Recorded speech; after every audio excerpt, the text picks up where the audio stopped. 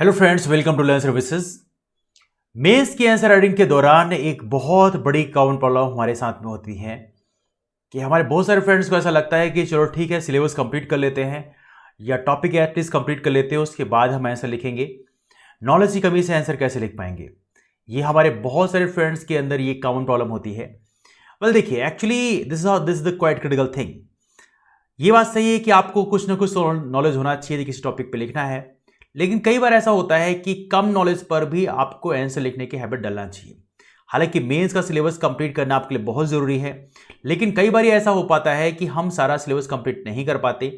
हालांकि कई बार आप लोगों ने देखा होगा कि आप सिलेबस कंप्लीट तो कर लेते हो, लेकिन फिर भी आपको ऐसा लगता नहीं है कि आप इस आंसर को लिख पाओगे, क्योंकि एज सच आपकी आंसर राइटिंग स्किल होती नहीं है, आपने उसकी प्रैक्टिस किया नहीं होता।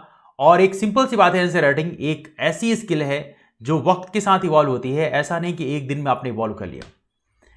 तो यहां पे मैं जो डिस्कस करने वाला हूं वो ये बात करने वाला हूं कि कई सारे हमारे फ्रेंड्स ऐसे होते हैं जो 1-2 साल से ऑलरेडी तैयारी कर रखे होते हैं। उन्होंने सिलेबस का एक बहुत मेजर पोर्शन ऑलरेडी पढ़ रखा होता है। हालांकि उन्हें ये लगता है कि उन्होंने कुछ नहीं पढ़ा है, लेकिन फिर भी उन्होंने पढ़ रखा होता है।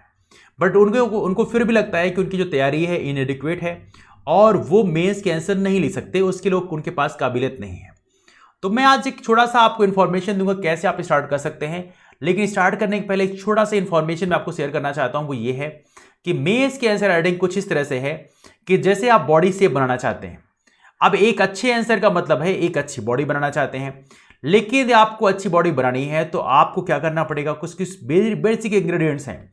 जैसे आप मॉर्निंग में रनिंग करना शुरू कर दें, आप 2-3 किलोमीटर यदि आप दौड़ते हैं, हल्की पुशअप करते हैं या कुछ जो भी करते हैं, जिम करते हैं, तो आपकी बॉडी अच्छी बन जाती है। लेकिन इसका मतलब ये नहीं है कि आप जो रनिंग है 2-3 किलोमीटर पहले ही इंस्टेंट से आप दौड़ना शुरू कर दें।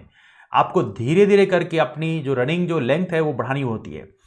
आंसर राइटिंग भी कुछ ऐसे ही काम करती है। अब सपोज करिए पहले दिन आप रनिंग करने गए, तो पहले दिन आपके साथ क्या होता है, पहले दिन आप जाते हो जॉगिंग करने जाते हो, पहले दिन मॉर्निंग में उठ गए, इतना ही काफ़ी है।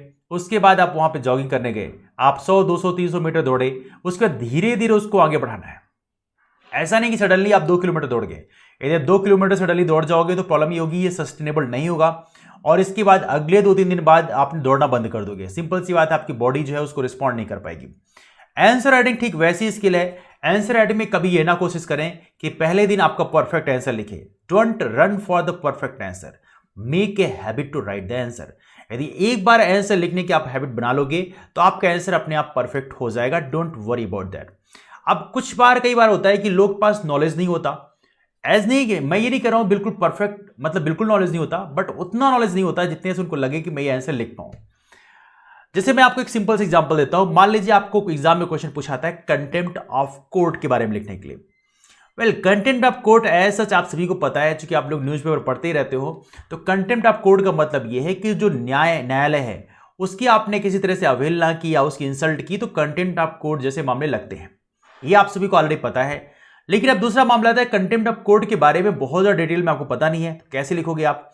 एज सच यदि आप कंटेम्प्ट ऑफ कोर्ट के बारे में 2 तीन चीजें यदि आपको पता हो तो चीजें लिखना आसान हो जाता है। जैसे मान लीजिए कंटेम्प्ट ऑफ कोर्ट कितने प्रकार का होता है। जैसे 2 प्रकार के कंटेम्प्ट होते हैं, एक होता है सिविल कंटेम्प्ट, एक होता है क्रिमिनल कंटेम्प्ट। सिविल कंटेम्प्ट का मतलब होता है विलफुल डिसोबीडियंस, जानबूझकर यदि न्यायालय के आदेशों को आप ना माने, इसे बोलते हैं सिविल कंटेम्प्ट। क्रिमिनल कंटेम्प्ट में होता है आप स्कैंडलाइज करें कोर्ट की अथॉरिटी को या कोर्ट किसी जज को आप स्कैंडलाइज करें, तो ये होता है क्रिमिनल कंटेम्प्ट में। तो सिविल कंटेम्प्ट, क्रिमिनल कंटेम्प्ट यदि आपको पता है तो आप आंसर बड़े आराम से लिख पाओगे। बट इन केस नहीं पता है तो आपको क्या बेसिक चीजें लिखना है, आपको बेसिक चीजें पता होनी चाहिए। तो आपको हल्की ब्रेनस्टॉर्मिंग करनी है कि कंटेम्प्ट क्या होता है। कंटेम्प्ट में आपने कोर्ट का कंटेम्प्ट लिखा है तो आप वहां पर लेजिस्लेचर का भी कंटेंट आप ऐड कर सकते हो, in case you want to add. यदि आपके पास कंटेंट नहीं मिल रहा है तो आप लेजिस्लेचर का जो कंटेंट है उसको भी आप ऐड कर सकते हो। क्योंकि यदि आप विधायिका का यदि अवहेलना करते हो, निरादर करते हो, तो वहां भी कंटेम्प्ट का केस लगता है। और यूनियन पार्लियामेंट का अपना अलग लगता है और स्टेट का अलग लगता है, दैट्स डिफरेंट वन। नाउ इसके अलावा आपको यह पता है कि सुप्रीम कोर्ट भी कंटेम्प्ट लगा सकता है, हाई कोर्ट भी कंटेम्प्ट लगा सकता है। You know about that thing also. Now Bhushan का केस आपको पता है। नाउ कंटेम्प्ट के बारे में आपके ओपिनियन क्या है?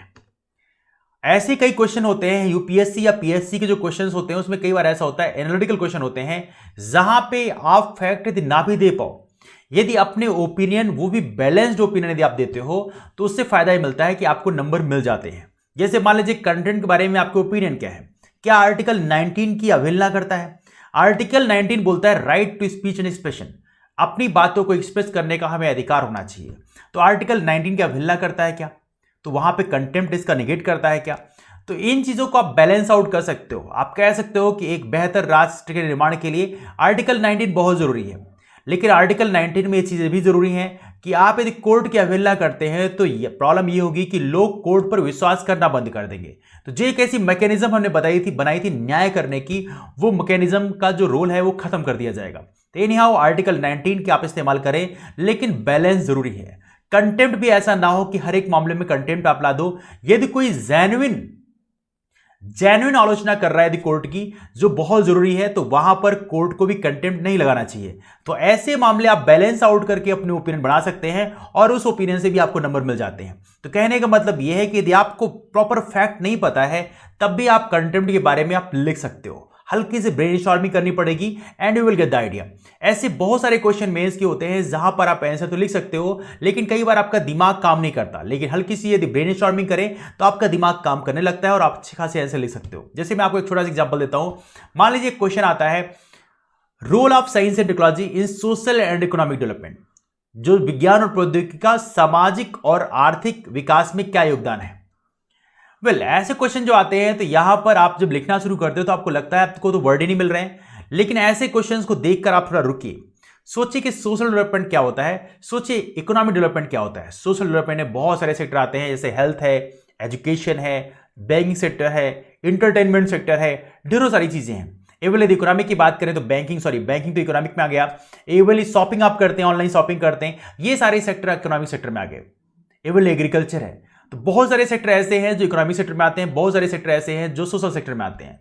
अब आपको पता चल गया हाँ ये सोशल सेक्टर है, ये इकोनॉमिक सेक्टर है। नाउ कोई एक केस स्टडी आप ले लो और उस केस स्टडी को लेके आप ओपन अप कर दो। सोशल सेक्टर में एजुकेशन की बात करें, ई लर्निंग प्लेटफॉर्म्स हैं, बहुत सारे प्लेटफॉर्म्स हैं, यूट्यूब चैनल में भी आप टीचिंग कर सकते हैं, बहुत सारे ऐप्स डिजाइन हो चुके हैं, आप वहां स्टडी कर सकते हो।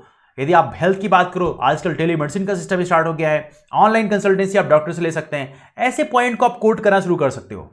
तो एक थोड़ी देर सोचिए, आप थोड़ी देर पहले आपको लग रहा था मेरे पास कंटेंट नहीं है, नाउ आपके पास कंटेंट ही कंटेंट है। तो मैं कह रहा हूं आपका जो दिमाग है ना, ये खजाना है, बशर्ते आपको प्रैक्टिस करना है कि ये कैसे डेवलप किया जाए। सो आज मेंस के आंसर प्रैक्टिस के लिए मैं इतना ही कहना चाहूंगा कि आप स्टार्ट करें, अपने आप को डिमोरलाइज ना करें कि आपको नॉलेज नहीं आता। आपके पास पर्याप्त नॉलेज है, आपको जरूरत है किस चीज की, प्रैक्टिस करने की। यदि आप प्रैक्टिस करेंगे तो definitely you can make it work. तो जो भी आपके ओपिनियन है, जो भी आपके पास डाउट्स है, नीचे कमेंट जरूर करें, मैं आपके डाउट्स का रिप्लाई जरूर करूंगा, या तो एक सेपरेट वीडियो बना दूंगा, लेकिन आप नीचे कमेंट जरूर करें। और यदि वीडियो को देख रहे हो तो वीडियो लाइक जरूर करेगा। ऐसे दोस्तों को शेयर भी कर सकते हैं जो मेंस आंसर लिखने के इच्छुक हैं। और यदि आपने चैनल को अब तक सब्सक्राइब नहीं किया, then do subscribe the channel. मिलते हैं फिर, bye bye, take care, thank you so much, thank you.